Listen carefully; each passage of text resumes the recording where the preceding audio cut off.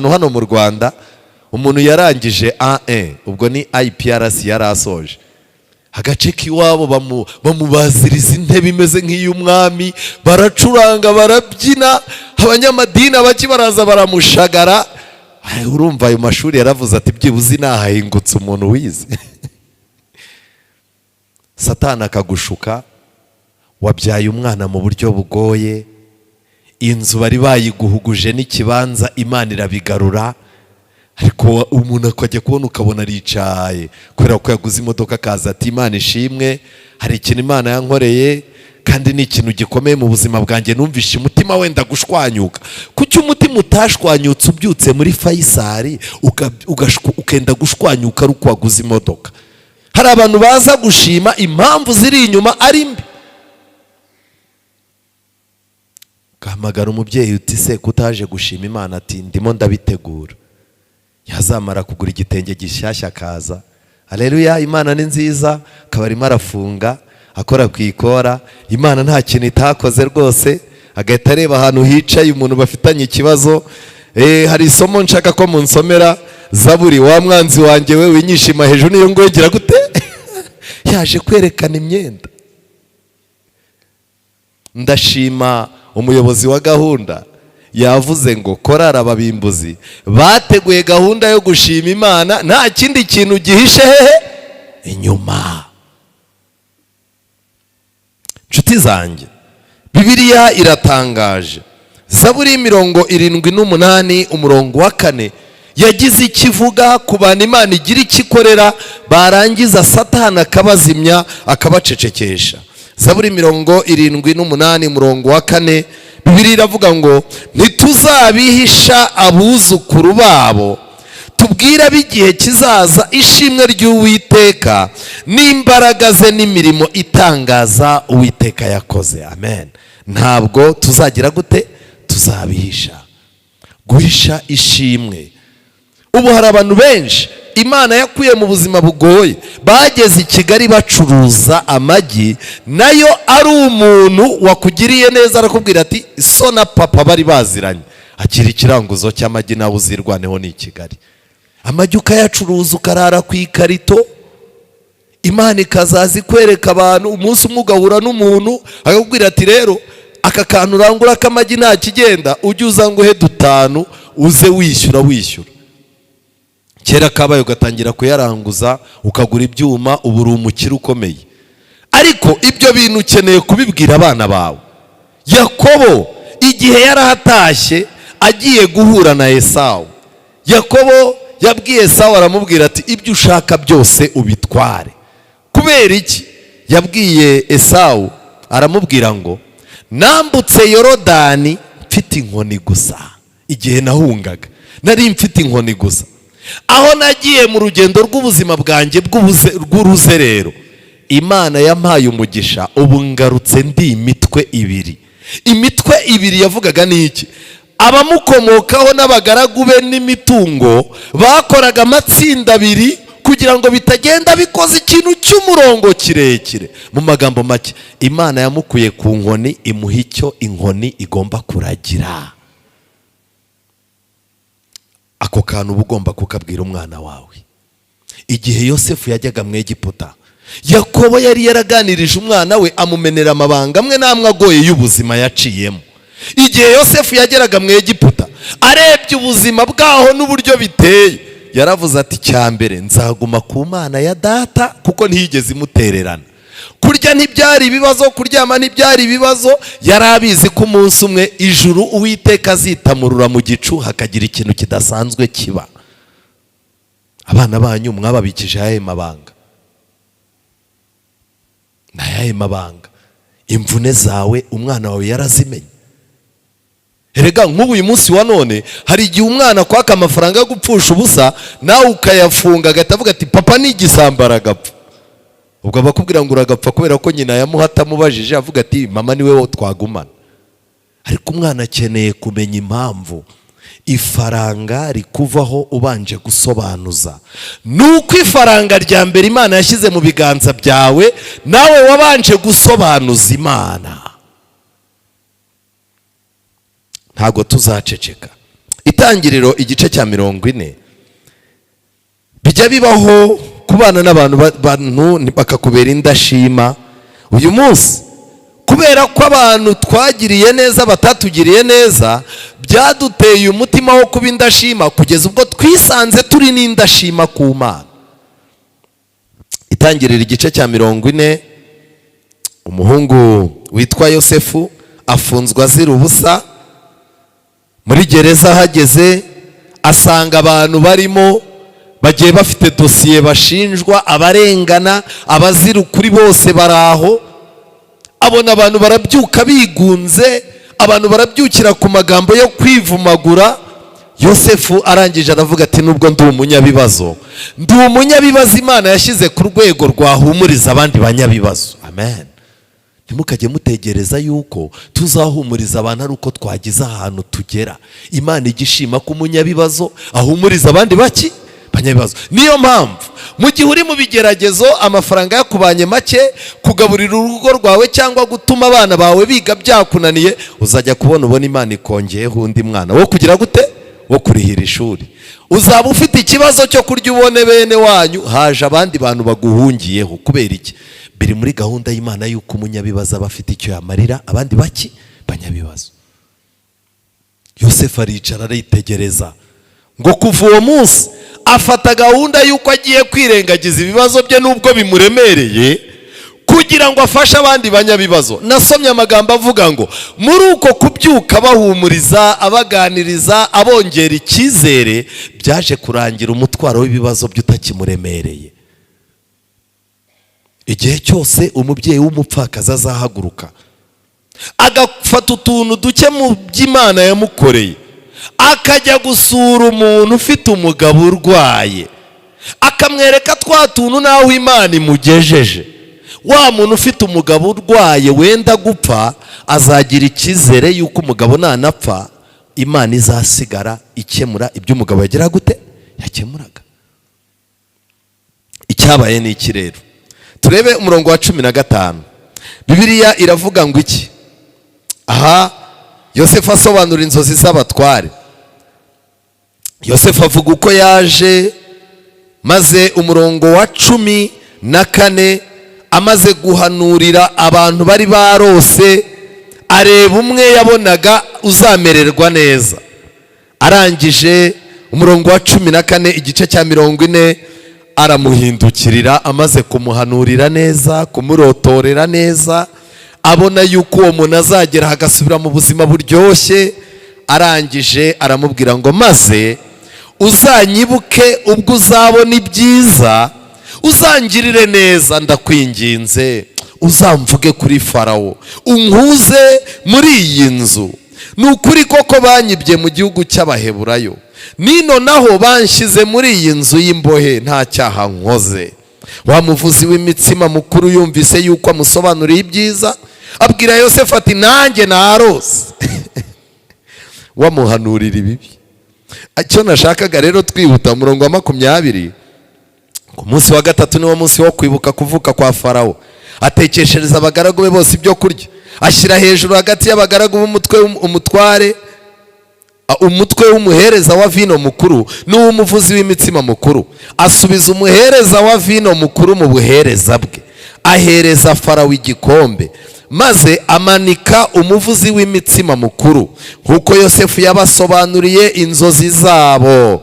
Ariko wa muhereza wa vino mukuru ntiyagira gute, ntiyibuka Yosefu, ahubwo aramwibagirwa.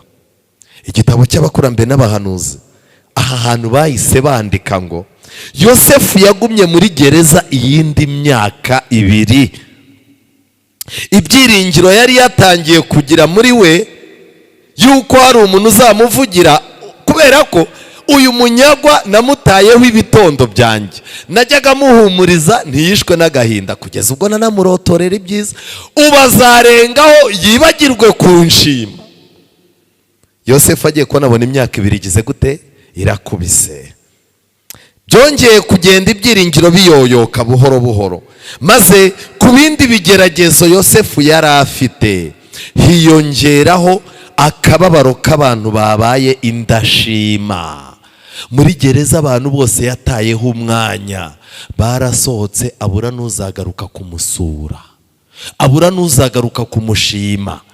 Iyo myaka 2 yamubereye imyaka mibi, kuko yayirwaye avuga ngo ubu koko mbure n'ugaruka kugira gute kunshima. Icyabaye ni kimwe, muri icyo gitabo haranditswe ngo icyo gikuba cyibukijwe, havutse igikuba umwami ararota. Ibyo bintu byibukije umutware w'abahereza ba divayi iby'inzozi yigeze kurota. Ahita atekereza Yosefu. Wa mugabo amaze gutekereza Yosefu, abakurambere n'abahanuzi, iki gitabo haranditswe ngo ababazwa n'amazinda ye no kuba yarabaye indashima. Uyu muntu w'umuhereza wa vino, igihe yabonaga habaye ibibazo, yibutse yuko igihugu cya Egiputa gifite umuntu w'intwari muri gereza, wagiriye abantu neza ntihagire umwitura. Uwo muntu ngo yarababaye mu mutima we hakamo umuriro. Ababazwa n'ikintu cya mbere, kuba yaragize amazinda mu bitari amazinda. Amazinda ni ukwibagirwa. Ababazwa n'ikintu cya kabiri, kuba yarabaye iki indashima. Ubu rero turarangwaho ibyaha bibiri. Twagize amazinda yo kwibagirwa ibitibagirwa, ibitibagiranwa, kandi twagize icyaha gikomeye cyo kuba iki indashima. Aho duca, aho twirirwa, mu byaro iyo twatashye, bene wacu duhurira mu minsi mikuru, hari nuba nta kindi agukeneyeho uretse kumuhobera gusa ngo arebe ko ukibyibuka aho yagukuye. Serivisi ziciriritse ubwazo nazo kuziha abantu batugiriye neza byatunaniye.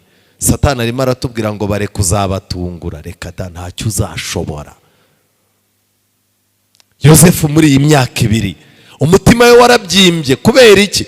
Yari afite ibigeragezo bye by'uko ari imfungwa, hagerekwaho no kuba ahora ategereje abantu baza gushima yababuze. Ariko mu ijuru hari Imana yari yarakoreye. Hari ibintu ukora mu isi ntibyandikwe, ariko mu ijuru bikagira gute bikandikwa kandi bigapangirwa itariki bizakemukira. Nshuti zanjye, nagira ngo mbabwire ikintu gikomeye. Nari ndimo kureba mu gitabo cy'umugenzi, igitabo cy'umugenzi volume ya 2 icyigisho cya 5, abagenzi kwa musobanuzi. Abagenzi bajyaga i Siyoni, bageze kwa musobanuzi, agenda agira ibintu abereka bazahora bazirikana mu rugendo rwabo. Noneho rero musobanuzi abavana mu kindi cyumba kirimo inkoko n'udushwi twayo, abasaba kwitegereza iyo nkoko akanya. Kamwe mu dushwi twayo tw'iyo nkoko kajyaga kunywa amazi, maze kamira kakareba mu ijuru.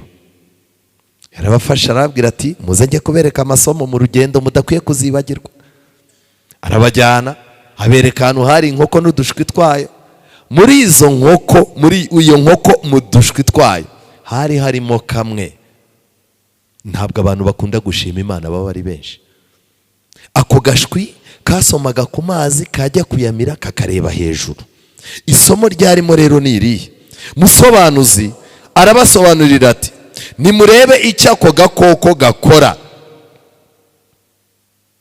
nikibigishe kumenya aho ibyo mufite biva. Kubyakira mureba hejuru nicyo kintu cya mbere. Ni ukuvuga ngo kariya gashwi kereka abantu, kari isomo ryereka abantu yuko bagomba kubaho bashima Imana, bibuka icyo babonye cyose aho kiba cyagize gute kiba cyavuye. Ndagira ngo rero mbabaze, ninde muntu muri mwebwe Imana ikorera igitangaza mbere yo guserebura akabanza akareba hejuru? Ninde muntu Imana igeza ku isoko y'imigisha mbere yuko agira icyo akora akabanza akareba hejuru? Ninde muntu Imana iteza intambwe iyo ari yo yose mbere yuko agira icyo akora akareba mu ijuru? Ni bake. Yakomeje abasobanurira arababwira ati ngaho nimwegere mwirebere. Nuko babona ukuntu inkoko ifite uburyo bune ishyikiranamo n'udushwi twayo. Uburyo bwa mbere, ifite uburyo busanzwe ikoresha buri munsi ihamagara udushwi twayo. Ubwa kabiri, ikagira uburyo bwihariye ikoresha rimwe na rimwe irimo kubuhamagara. Ubwa gatatu, inkoko ifite uburyo budasanzwe ibuhamagaza ngo ibubundikire mu gihe cy'akaga. Icya kane, ikanagira uburyo ibuburiramo hari icyago giteye. None ngaho nimugereranye iriya nkoko n'umwami wanyu, naho turiya dushwi mutugereranye n'abamwumvira. Nawe afite uburyo bunyuranye akoreshereza ubwoko bwe. Iyo ahamagaye ku buryo busanzwe ntacyo atanga, n'iyo hari icyo ashaka gutanga akoresha ijwi ridasanzwe. Afite n'irindi jwi ridasanzwe iyo ashaka kubundikira abana be, n'ijwi ry'umubabaro akoresha iyo abonye umwanzi aje. Yesu afite amajwi angahe? 4 akoresha. Hari ijwi Yesu akoresha mu buzima busanzwe, iyo nta kintu ari buguhe kidasanzwe, afite ijwi akoresha. Kubera iki? Hari igihe biba ngombwa yuko ijuru dutakira ikintu, ijuru ntirikiduhe kubera ko igihe gikwiriye kitaragira gute? Kitarasohora. Ijuru rikagutungisha amasezerano y'Imana n'ubuhamya bw'abantu Imana yakuye kure. Ubu buhamya burimo gutangirwa hano bufite abantu buri busindagize kugeza ku munsi wo gusubizwa kwabo. Niyo mpamvu iyo Imana igukoreye ikintu gaceceka, ba bantu ubuhamya bwawe bwagombaga gusindagiza bapfa bataragera kwa muganga. Nshuti zanjye, mu gitabo gikomeye cya Bibiliya cyitwa Mariko igice cya 14, nahabonye ibintu byantangaje cyane. Mariko igice cya 14, Mariko igice cya 14 hatubwira umunsi mukuru wabaye, kandi uyu munsi mukuru wabaye wari umunsi mukuru ukomeye. Nyirawo yari yawuteguye kubera impamvu runaka. Muhere ku murongo wa 3, Mariko igice cya 14. Ubwo Yesu yari Betaniya mu nzu ya Simoni umubembe yicaye arya, haza umukobwa ufite umukondo w'amavuta meza y'igiciro cyinshi cyane, ameze nk'amadano y'agati kitwa narada. Nuko amena umukondo amavuta ayamusuka ku mutwe. Bamwe muri bo bararakara bati, aya mavuta apfushirijwe icy'ubusa, ko yajyaga kugurwa idenariyo zisaga 300 zigahabwa abakene baramwivovotera. Ariko Yesu arababwira ati, nimumureke, muramuterera icy'agahinda, ko angiriye neza cyane. Abakene bo muri kumwe n'abiteka, kandi aho mwashakira mwabagirira neza, ariko ngewe ntituzahorana iteka. Akoze uko ashoboye, abanje kunsiga amavuta ku mubiri, kuwutunga yitwa uwifuzwa ibihe byose. Barasobanura neza impamvu zateye uyu munsi mukuru. Kubera iki uyu munsi mukuru wabaye? Mu cyigisho cya 62 uwifuzwa ibihe byose, paje 375, haranditswe ngo Simoni w'i Betaniya yabarirwaga mu bigishwa ba Yesu. Yari umwe mu bafarisayo bake bifatanyije ku mugaragaro n'abayoboke ba Yesu Kristo. Haranditswe nanone ngo Simoni yari yarakijijwe ibibembe, kandi ibyo nibyo byamuteye gusanga Yesu. Yifuzaga kugaragaza gushima kwe. Maze igihe Kristo yasuraga i Betaniya bwa nyuma, Simoni yateguriye umunsi mukuru umukiza n'abigishwa be. Uwo munsi mukuru wahuje abayahudi benshi. Icyo gihe muri Yerusalemu hari ugukangarana cyane. Abantu bari baje mu munsi mukuru kwa Simoni rero bitegerezaga ibyo Yesu yakoraga, ariko abenshi muri bo ntibari bamwishimiye. Umunsi mukuru wari wabaye. Simoni yaricaye aravuga ati, uyu mugabo yaramfashije, uyu mugabo yarankijije. Nyuma y'uko ankijije, abantu bari barantaye kubera ibibembe ubu baragarutse. Ubu ndavuga rikijyana, ubukire bwanjye bwaragarutse, ubu amafaranga yanjye ndimo ndayarya nk'uko nagombaga. Reka ngire ikintu mbabwira, mwari muzi ko kuvunikira amafaranga warangiza ukanayarya ari umugisha w'Imana? Ni abantu bangahe bavunikira amafaranga bakayasiga ashyushye? Bibiliya iravuga ngo numara kubaka inzu ukagira gute, ukayibamo. Ni abantu bangahe bubaka inzu bakemera kwihotora, bagahotora umuryango, bagahotora n'amakonte yabo, inzu ibura ibyumweru 2 ngo bayinjiremo, umugabo akagira gute, agapfa. Abantu barangiza bati rero murabona ahantu yaratuye ni akazu gato, mureke tujye mu nzu ye yujuje, aba ariho umurambo ugira gute, bagurukira. Bibiliya iti numara kurya ugahaga. Ni abantu bake bagera ku rwego rwo kubona ibiryo biri imbere yabo, biri no mu bubiko bwabyo, bakibasha kurya ibintu byose. Ibyo nabyo ni umugisha uturuka kuki, ku Mana. Reka njye ikintu babwira, buriya ukwiye no gushimira Imana yuko ufite amafaranga, ukaba wajya ku isoko ukagira ibyo ugira gute, uyaguramo. Ndi mutoya muri jenoside yakorewe Abatutsi mu 1994, nigeze kubona abantu bafite amafaranga babuze icyo bagira gute bayagura. Utayagura n'isogisi ngo urishyire mu birenge urimo guhunga n'ibirenge. Kuba amafaranga yakuvunnye, warangiza ukagira umugisha ukaba wayaguramo ikintu, ukagira umugisha umubiri wawe ukaba ukemera icyo kintu, uwo ni umugisha w'Imana. Uyu mugabo Simoni rero ategura umunsi mukuru, ahamagara abantu.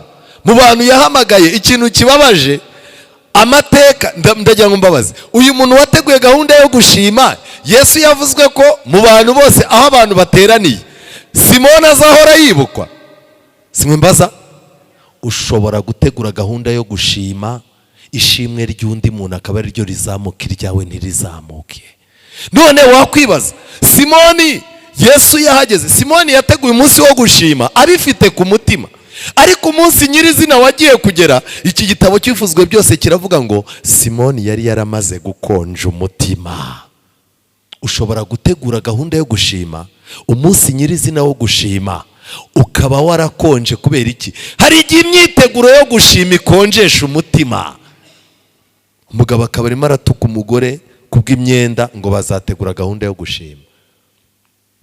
Mu cyumba cyo kwa Simoni rero hari abantu bari mu itorero uyu munsi. Abantu ba mbere bari bahari, hari Simoni wateguye ibirori byo gushima, ariko kubera imyiteguro n'imbaraga itwara birangira umutima ukonje. Ku munsi wo gushima ishimwe rye ryari ryakonje. Aba kabiri bari bahari, hari abantu bari bahari batumiwe ariko badafite ikintu bitayeho, b'abavumbyi n'abakoma amashyi. Muri iryo teraniro kandi hari abandi bantu Yesu yakoreye ibitangaza bikomeye. Hari hicaye Mariya yari ahari, kandi hari Lazaro. Lazaro uwo wari wicaye aho, Lazaro yari yaravuzutse yifitiye morali, arimo kureba ibyo birori avuga ati nanjye ningira amahirwe nanjye nkabona amafaranga nzakora ibimeze nk'ibi. Ariko ngo uwo munsi hari inama yateranye ipanga kwica Lazaro mbere yuko Yesu apfa. Lazaro yapfuye mbere yuko Yesu apfa. Umuntu wa kabiri wari uhari ni Mariya. Mariya yari umuhanga mu kumenya ibihe. Yitegereje Yesu, yitegereza ibibwirizwa bya Yesu, amenya ko Yesu asa n'urimo gusezera. Arangije aravuga ati, ibi bikorwa byose umunsi nabikoreye igituro bizaba bimaze iki? Arasiganwa za mbere y'iminsi ho gato.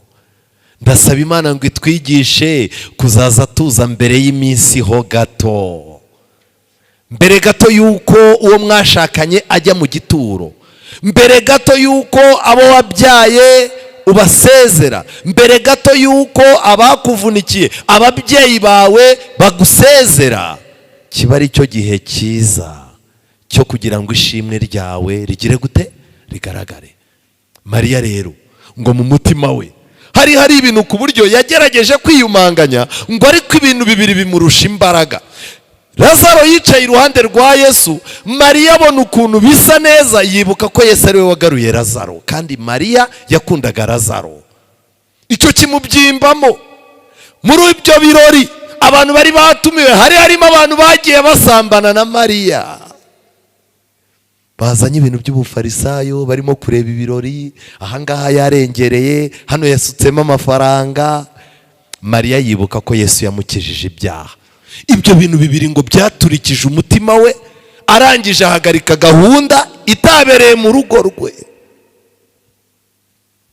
Ushobora gutegura gahunda yo gushima, ishimwe ry'undi akaba ari ry'ijuru ryubakiraho amateka, iryawe ntirimenyekane. Bibiliya igaragaza neza yuko gushima kwa Mariya kwari kuremereye. Mariya yagombaga kuba yashimira Imana mu mutima, ariko ibyo bintu bibiri, ineza y'Imana no kubabarirwa ibyaha, iyo biri mu mutima w'umuntu biremereza umutima ku buryo ukora ikintu abantu bakaza bakubaza batari ko se biriya bintu wavugaga wasaze. Niyo mpamvu umuntu uza gushima Imana hano atari Imana yamusunitse ku bw'ibyo bintu bibiri, uzasanga ubuhamya bwe agenda aswata, kwepa, baburimo ibintu by'ibinyoma, makorosi. Ariko umuntu Imana yapanze, ibyo bintu bibiri birusha umuntu imbaraga. Narindimo gusoma muri iki gitabo kuri page 442, nabonye ibintu bikomeye byatumye Imana muri iri torero ishyiramo umuhango wo kozanya ibirenge. Buriya ifunguro ryera turikoze nk'andi madini, tukaza tukavuga tuti ifunguro ryera n'ubundi ni umutsima ndetse na divayi. Twarangiza tukaza rwose ukikorera mu mifuko, barangiza bati umwanya w'ifunguro ryera urageze, bakaguhereza turiya tuntu tubiri. Ndagira ngo mbabwire, twazageraho bamwe bagahita bavuga bati iri funguro riraciriritse ugereranyije n'iry'iwanjye. Ariko umuhango wo kozanya ibirenge niwo utuma umuntu amenya uburemere bw'ifunguro ryera. Niyo mpamvu muzabona umuntu udafite umushinga wo kozwa ibirenge mu buryo bw'umwuka, ifunguro ryera iyo riri bube arasohoka agatahana n'abandi. Reka mbabwire amagambo atangaje nasomye. Iyo twibutse urugero rwo kwicisha bugufi rw'umukiza wacu, urugero rwo kwicisha bugufi rwa Yesu, mu magambo make, iyo twibutse Yesu turushaho kubishyira mu ntekerezo zacu. Iyo tumaze kubishyira mu ntekerezo zacu, ni iki kibaho rero? Habaho kuzirikana imbabazi no kugira neza kw'Imana. Amen. Iyo Yesu ageze mu muntu, ikintu cya mbere abanza kumwereka ko ijuru ntacyo ritagize gute, nta kintu ritakoze. Itariki n'iyi wari upfuye, ijuru ryakinze amababa. Umunsi uyu n'uyu wari muri ibi bibazo, ijuru ryaragutabaye. Mu kibazo iki n'iki nubwo wagize ngo ijuru ryagutereranye, ryari ryagiye gukemura iki kuko uzahura na kimbere. Kugira neza kw'Imana rero, iyo umaze kubona ko Imana uyirimo ideni ryo kuyishima, Imana ntabwo igarukiraho, Yesu akomeza kukwereka ibindi. Icya kabiri, turushaho kubishyira mu ntekerezo, hakabaho kuzirikana imbabazi no kugira neza kw'Imana, ndetse tukazirikana n'ubuntu hamwe n'ubugwaneza twagiriwe n'inshuti zacu za hano ku isi. Imana itangira kukwereka abantu yakoreyemo bakakugirira neza, baba abapagani n'abakristo. Hari abantu bari bameze nk'ibitovu, ariko hari aho byageze Imana iravuga ngo nubwo uri mubi, nubwo uri umugome, uyu muntu mugirire aka kantu, bikarangira yeza ururabyo kandi ari iki? Asanzwe yera amahwa. Imana itangira kubikwereka, abantu bagiye bakugirira neza. Icya gatatu gikurikiraho, twibuka imigisha tutazirikanye. Hari imigisha Imana yaducishijeho, ariko kubera ko duhora duhanze amaso imigisha y'abandi, uhora ubwira Imana ngo yarakurangaranye. Reka ngire ikintu mbabwira, njyewe nitwa Musoni, hano imbere yanjye hari undi Musoni. Ndamutse mbaza imigisha ya Musoni, nkambara amarineti aya ngaya atubura ibintu, narangiza nkiga imigisha ye nkayanariza, nta kindi nakuramo uretse kubwira Imana ngo Mana njyewe nziza iki? Niyo mpamvu Imana iyo Yesu akugendereye atangira kukwereka imigisha wagize gute, imigisha y'Imana utigeze umenya ko ari imigisha, ndetse imbabazi twahinyuye no kugira neza twapfobeje. Imizi yo gusharira yatumye dupfukirana urukundo ijya ahagaragara. Imizi yo kugira gute? Yo gusharira. hari ukuntu umuntu akugirira neza, uwo mwashakanye akakugirira neza, ariko imizi yo gusharira, kwigira umugabo ukakaye, kwigira umudamu udapfa kunezerwa, bigatuma hari ishimwe wagombaga guha uwo mwashakanye utabona. Iyo mizi yo gusharira nayo Imana igira gute? Irayikwereka. Iyo ibyo birangiye rero, twibuka ingeso mbi twagaragaje, imirimo twagombaga gukora twirengagije, n'uburyo twabaye indashima imbere y'Imana. Ibyo nabyo bigira gute? Biragaragara. Ariko uyu munsi wa none muzarebe iyo bashyize igiseke cyo gutura, cyo gushima, hariya hamanuka abantu bakeya. Uzi abantu bamanuka? Ni umumama ufite umukobwa uherutse kubyara kwa muganga byari byanze, akubitaho agatima ati yarahaguye we akamanuka. Umukobwa bajyaga batera indobo, ugize umugisha akabona umusore n'umubwira ati merekeredi bazatwandika mu Itorero, atavuga ati nzabyemera mbibonye. Uwo rero ujya kubona ukabona nawe amanuye ituro. Ariko haba hari abantu barimo kubona akavuga ati musoni ko atamanuka kandi ejo bundi mbizi yarabonye akana kanaka, ku buryo tugeze ku rwego tutakibona ko hari icyo Imana idukorera, tuba tubara b'Imana yagiriye imigisha batarimo kuyishima. Aya magambo arakomeye. Ibyo bintu umuntu abibona gusa ari uko Yesu yamugendereye. Ndasaba Yesu kugira ngo yinjire mu buzima bwacu, agire impinduka azana. Mu Migani igice cya 31 nahasomye amagambo yantangaje. Ni amagambo avuga ngo abana be barahaguruka bakamwita umunyamugisha. Uyu ni umugore Bibiliya yavugaga mu Migani 31. Abana be barahaguruka bakamwita munyamugisha, n'umugabo we nawe aramushima akavuga ati abagore benshi bagenza neza, ariko weho ugize gute? Urabaruta. Uyu mugore aramutse agiye gushyingurwa, ntabwo abantu bavuga ku ntumbi ye amagambo menshi, kuko aya magambo meza yose bayamubwiye akigize gute? Akiriho. Ntago batinda mu rusengero babwira intumbi baba barayamubwiye yose, bahagara imbere hano bakavuga ngo icyo twagombaga gukora cyose, icyo twagombaga kuvuga cyose, umubyeyi wacu akiriho twagize gute? Twarakimubwiye. Imana iduha imbaraga zo gushima, kugira ngo iduhe ubushobozi bwo gushima Imana ibyo yadukoreye. Imana iduhe gushima Itorero twarigezeho tumeze nk'inzererezi, tutaramenya iyo bijya, tutazi kwambara, tutazi kwicara, tutazi gutanga inama, kuko natwe ntazo twari twaravutse twabonye. Imana ituzana hano iraturwaza. Ubu abantu batugirira icyizere kuko Imana yabanje kutugirira icyizere. Ariko ni bangahe bashobora gushima Itorero?